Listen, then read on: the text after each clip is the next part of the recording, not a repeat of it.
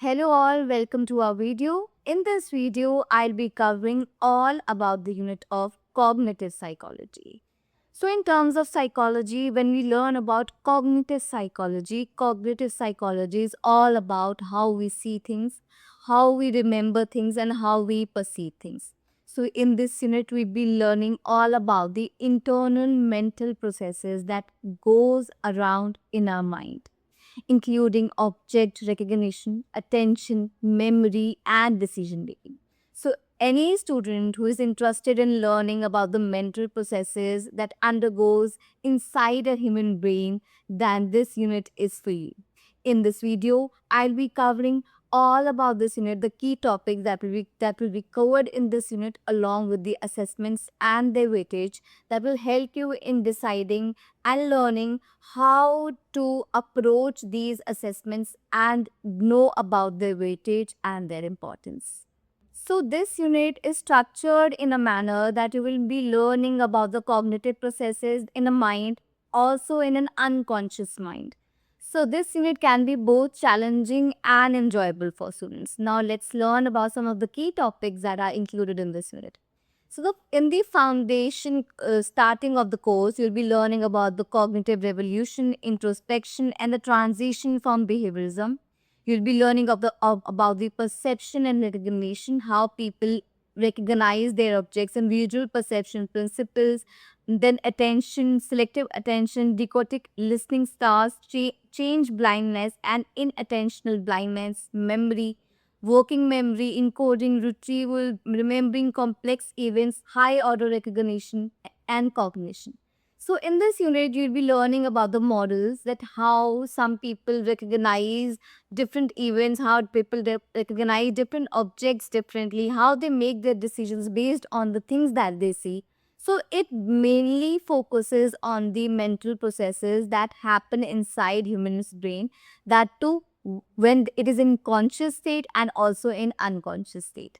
So, you can see that the learning focus of this unit is to make the students understand how the mind processes information, including attention, memory, and decision making. That how I process the information that I see in my surrounding, how I process it in my brain, how I stored it in the form of memory, and how then I perceive that information and make my decisions. So the students will be able to learn all of this. Along with that, you'll be learning different theoretical frameworks on how to analyze that how people perceive information. What is the information processing approach that is adopted by different individuals in your surroundings, and the classic experimental findings that form the foundation of cognitive psychology in individuals. So, another learning focus is that you'll be able to learn the research methods that you need to adopt, that psychologists adopt to understanding mental processes of individuals. So, for example, you are given a scenario in which a person is not able to differentiate between the colors. So, you will be able to analyze which framework applies to this situation and why the person is not able to recognize different colors in the same way the another individual is able to. So you can be will be able to analyze at how people perceive the information and then make their decisions based on that. So you'll be able to apply the theoretical frameworks to the practical scenarios, to the real world cognitive tasks such as reasoning and problem solving. So the assessment one in this unit, like majority of unit, is series of quizzes, because series of quizzes will help you in making and help in assessing that whether you are able to understand by the end of one trimester, maybe that the all the topics that were covered in that trimester, were you able to learn all of them, were you able to understand all of them. So assessment one will hold 20 to 30% weightage that will assess all the foundational concepts of cognitive psychology. And for this, you need to adhere to all the unit concepts that are taught in your class, all the lecture notes that are provided to you by your professor. So you need to consult the unit guide for this. what type of questions can be included in this quiz? Is short, multiple type question, or what will be the form of questions that will be asked in this quiz? You need to review the weekly content that is taught to you in your classes or is provided to you by your professor. Focus on the key concepts. Also utilize formative practice. You can practice your practice. It can be done in the form of quizzes on multiple platforms. You can practice that what type of questions can come under this unit. Organize your resources and prepare well by focusing on the foundation concepts of cognitive psychology. The second is the experimental lab report, which will come under the assessment 2. It holds 40% weightage.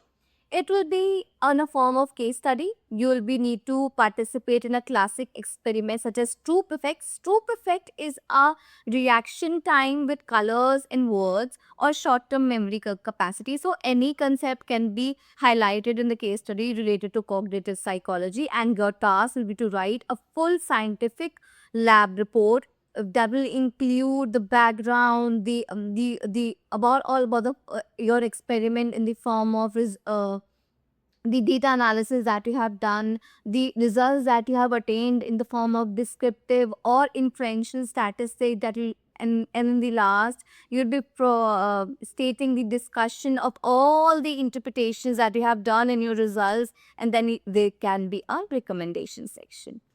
So what can be some of the things that can help you in attaining good marks in this report? That is hook and concept. You need to define the cognitive psychology concept that you are highlighting in your report. Along with that, you need to introduce the topic well.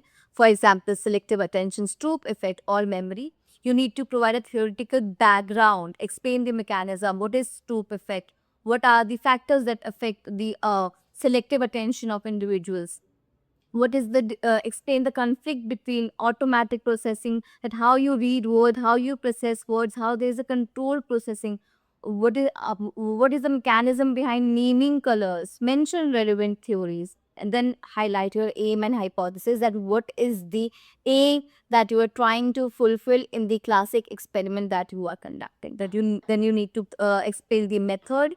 In the method section, you will be stating that you conducted the experiment with whom, who were the participants of your research study, what design was there, any kind of questionnaire that you provided them with, what are the dependent and independent variables, which tool did you use, you used the online task or you used the specific software to attain the results. You need to provide everything step by step, that what method did you adopted to finally reach at the results that you have shown in your report.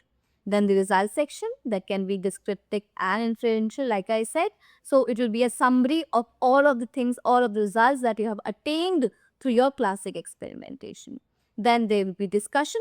It is very important that while you write your discussion section, you revisit all your results that you have written in your results section.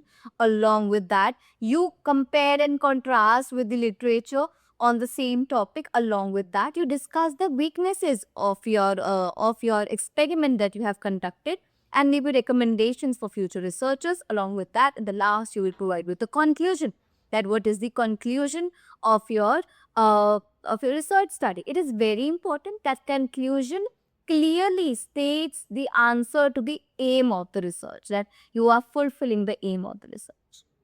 So this is about the assessment 2 in this unit, and the assessment 3 is the final assessment that will hold up to 30 to 40% weightage and will be a final exam.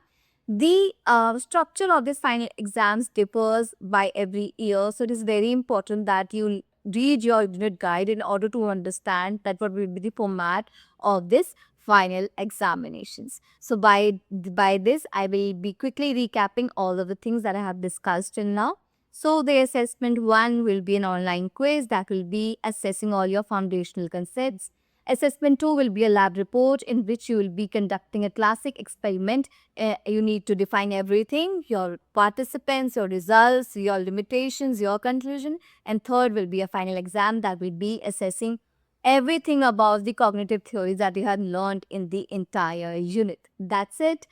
Please see our next videos. Also, if you have any queries related to this unit, please write down in the comments. I'll be happy to help. Thank you so much.